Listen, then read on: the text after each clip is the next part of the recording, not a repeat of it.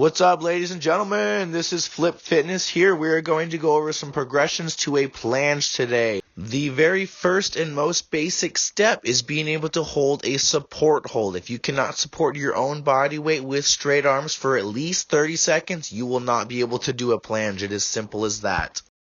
The next progression I want to talk about is support hold swings. Your shoulders, triceps, and core are going to be the most important muscles in doing a planche. Support hold swings will develop strength, control, and muscle coordination within these three muscle groups. Start off with small swings, and when you feel more comfortable and you think you have it down, you may move on to bigger swings.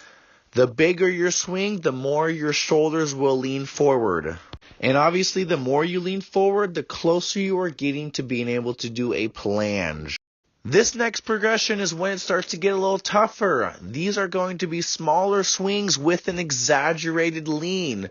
These put a lot of emphasis on your shoulders. These are going to develop that shoulder strength that you absolutely need to be able to do a planche. Do 5 to 7 of these in one set before you rest. It's going to feel like you're going to fall forward on your face, but that's okay. That's how it's supposed to feel. That means you're getting stronger and pushing your body. Now we can actually get into some planche work. This is called a tucked planche. It is a modified progression of a straddle planche or a full planche.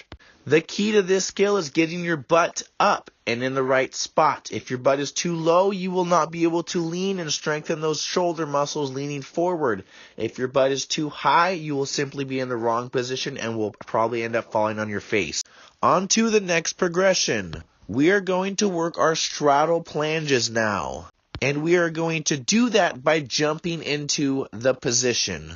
The main thing when jumping into a planche is jumping into the right position. Obviously, you're going to try to hold it for as long as you can when you jump in, but you have to jump into the right position so that you will strengthen the correct muscles. If you jump into the wrong position, you are getting stronger, but in the wrong muscles, so that does not help you at all. A correct planche position, your body should be a straight line. There should be no arch in your back, no bending of your hips, a perfectly straight line from your shoulders all the way to your heel.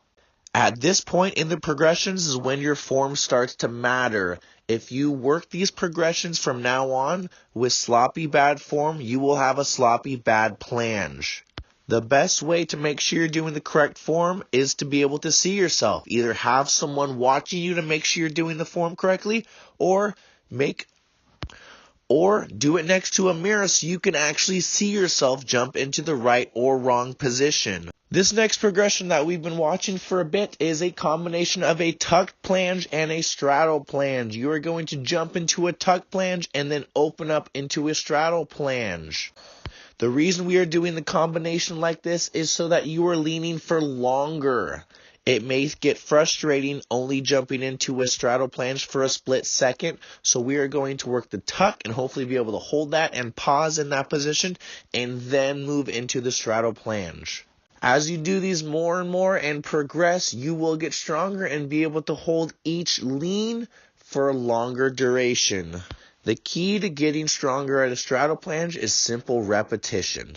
With a straddle planche, the wider you straddle, the easier it will be because you will not have to lean forward as much. That is why a full planche is harder than a straddle planche. The closer your feet are together, the more you have to lean. Now we're going to go over some exercises to strengthen your shoulders, triceps, and core muscles, since those are the three most important muscle groups in a straddle planche. You can work on your swing handstands. Any form of handstand work will strengthen your shoulders and triceps and will help your straddle planche or full planche. These two skills go hand in hand and work very similar muscle groups. There's a lot of different ways to work your handstands and to develop shoulder strength. You can work them from a swing like I am doing in the video. You can do wall handstands for 30 seconds up until 5 minutes.